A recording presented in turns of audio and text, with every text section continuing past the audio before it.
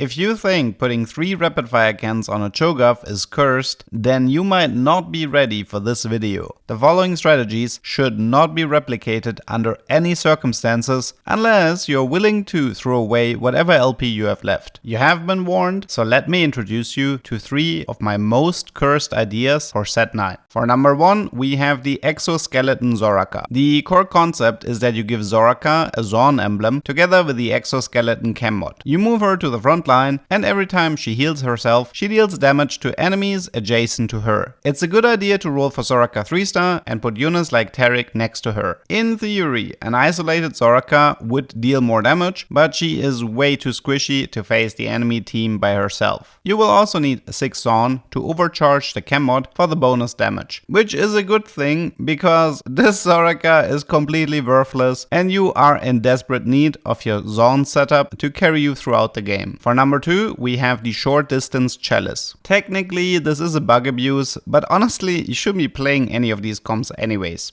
You will need the augment long distance pulse and preferably up to 3 Chalice of power. For your setup, you have to position your main carry and your Chalice holder next to each other and move the rest of your team back on your bench. Since you only have 2 units on the board, the augment will now trigger between the 2 of them even though they are next to each other. Once the planning phase is over, all the units on your bench will be automatically moved in, but long distance pulse does not register any of the new units. This way, you can double dip Chalice to reach higher AP values for your main carry. Sounds broken? Well, the problem is that you're not allowed to move a single unit or the augment will update and the setup falls apart. You can add new units with the help of the bench, but you barely have any control about your positioning. The final strategy is so cursed that I haven't even been able to pull it off yet. The Zorn Rise Gacha. Take Tamkench as your legend and vote on any of the Zorn regions, preferably Glask Industries or Ecliptic Walls. If a Zorn region was selected, you want to select every gold augment the game offers you. You only have one goal: to survive until the stage 4-5 carousel while spending as little gold as possible. Since Rise can appear in a carousel again, you have to pray to Mort that one of the legendaries is Rise and that he spawns on your side. If you get him, you need to make sure that he receives strong items and has a good setup surrounding him to carry your fights.